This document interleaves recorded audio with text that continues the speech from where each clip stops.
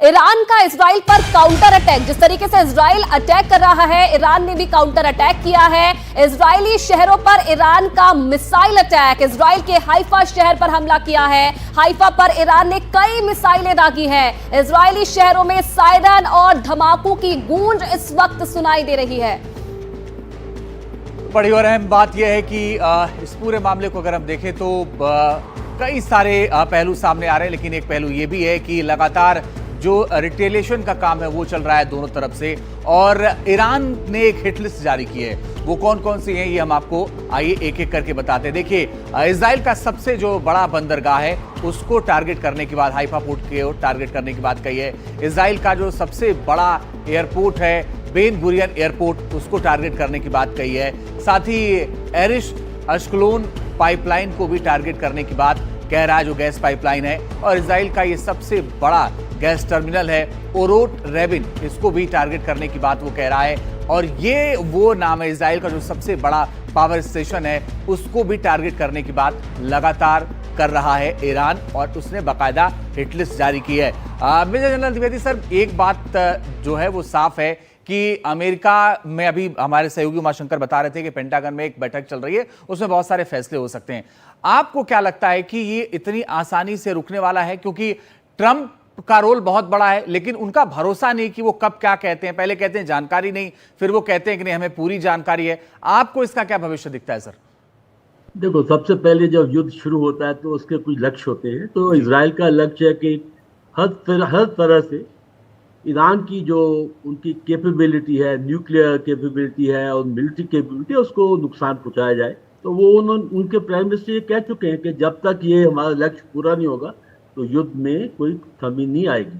दूसरी बात है कि ये तीसरा दिन है, युद्ध में तेजी आई है, जो टारगेट भी हैं उनमें भी फैलाव आया है। पहले इजराइल सिर्फ टारगेट कर रहा था न्यूक्लियर और मिलिट्री टारगेट्स को, अभी उन्होंने एनर्जी, ऑयल पर भी टारगेट करना शुरू कर दिया है। इसी प्रकार जो रणनीति जो ईरान की है वो है कि स्ट्रेटेजिक इंफ्रास्ट्रक्चर को उनका नुकसान पहुंचाया जाए जो इजराइल का है, और साथ ही साथ शहरों को, क्योंकि मनोबल बहुत जरूरी होता है। और इजराइल में अगर उनकी कैजुअलिटी होती है, सिविलियन कैजुअलिटी होती है, तो उसका मनोबल पर बहुत फर्क पड़ता है।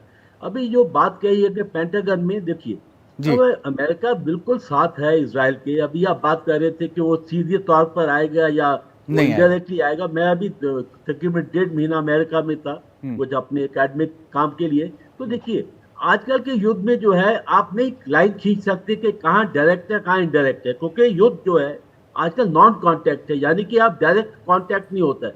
तो इसमें तो अमेरिका पूरी तरह शामिल है, क्योंकि वो मदद कर रहा है ईरानियन की मिसाइल को रोकने के लिए, वो मदद कर रहा है, पूरी इंफॉर्मेशन दे रहा है, उसके पूरे युद्ध पोत जो है वो तैनात है। तो मदद तो पूरी तरह हो रही है, सिर्फ ये है कि बूट्स ऑन द ग्राउंड, यानी कि सैनिक जो है वो जमीन पर नहीं है, पर बाकी मदद पूरी हो रही है। तो मेरा ये क्याफा है, मेरा ये सोच है कि ये युद्ध थोड़ा और चलेगा, क्योंकि जब तक इजराइल अपने लक्ष्य पूरे नहीं कर लेता तो वो युद्ध में थमेगा नहीं।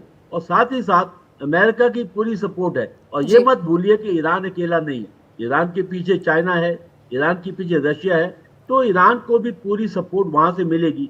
और आखिरी में ये बात बताना चाहता हूँ कि देखो, ईरान कोई पुश ओवर नहीं है, ईरान एक बहुत बड़ा देश है, इसकी तकरीबन 9 करोड़ आबादी है, 10 लाख की फौज है, तो ये युद्ध लड़ने में सक्षम है। तो इसलिए मेरा ख्याल है कि अगले कुछ दिनों में ये युद्ध चलेगा, जब तक ये दोनों तरफ ये ना सोच ले कि हमारे जो लक्ष्य है वो पूरे हो चुके हैं। बिल्कुल बिल्कुल। स्वर्ण सर, आपसे ये जानना चाहेंगे, क्योंकि जिस तरीके से सर ने बताया कि अगर अमेरिका साथ आता है खुले तौर पर इजराइल के, तो किस तरीके से जो ये युद्ध है वो आगे क्या रूप लेगा वो उन्होंने पूरा बताया है। और ईरान के साथ कौन कौन से जो देश है वो इस वक्त खड़े हुए हैं, हालांकि फ्रंट पे वो नहीं आ रहे हैं, लेकिन कैसे वो आगे मदद कर सकते हैं। लेकिन इसी बीच हमने जब पहले देखा था, जब युद्ध शुरू हुआ था, तब जो कई क्षेत्रीय ताकत है उन्होंने ईरान की मदद की थी। अगर अमेरिका या बाकी देश खुले तौर पर इजराइल का साथ देते हैं, तो ये जो क्षेत्रीय ताकतें हैं वो कैसे ईरान का साथ देंगी?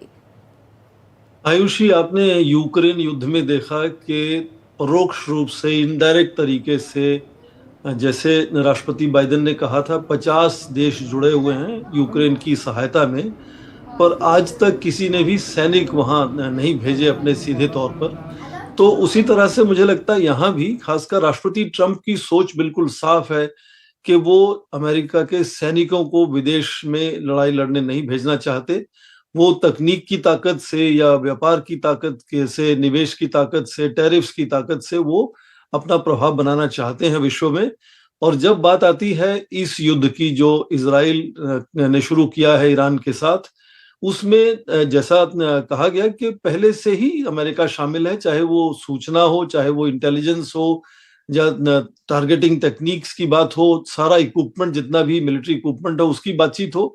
तो अमेरिका का ये भी एक राष्ट्रहित रहता है कि किस तरह से अपना राष्ट्र में जो रक्षा सुरक्षा के उपकरण हैं उनको किस तरह से वो और ज्यादा निर्यात करे पूरे विश्व में। तो वो पूरी कोशिश करेगा कि ज्यादा से ज्यादा हथियार मुहैया कराए इजराइल को, और पीछे से परोक्ष रूप से इंटेलिजेंस की या सूचना की तरह से शामिल हो उसमें। मुझे नहीं लगता वो सीधा अपने सैनिक भेजकर ईरान से युद्ध छेड़ना चाहेगा, क्योंकि पहले से भी जो आपने कहा ना कि बिखराव बनता हुआ जो नजर आ रहा है, जैसे सऊदी अरेबिया की आवाज भी आज इजराइल को चेतावनी की तरह से सामने आती है, जबकि वो अमेरिका का सबसे बड़ा दोस्त है इस पूरे क्षेत्र में। और क्योंकि 50,000 से ज्यादा फिलिस्तीनी मर चुके हैं हमास के साथ लड़ते हुए, जो युद्ध इजराइल का हमास के साथ है, तो एक तरह से नाराजगी या कह सकते हैं कुछ हद तक आक्रोश भी पूरे क्षेत्र में। लेकिन बड़ी बात यह है सर, बड़ी बात यह सर, मैं आगे इस पर चर्चा आपसे करूंगा कि जो हिजबुल्लाह लगातार हमले कर रहा था, इस बार उसने हमले करने से मना कर दिया। ये क्यों है, इस पर भी आपसे समझेंगे।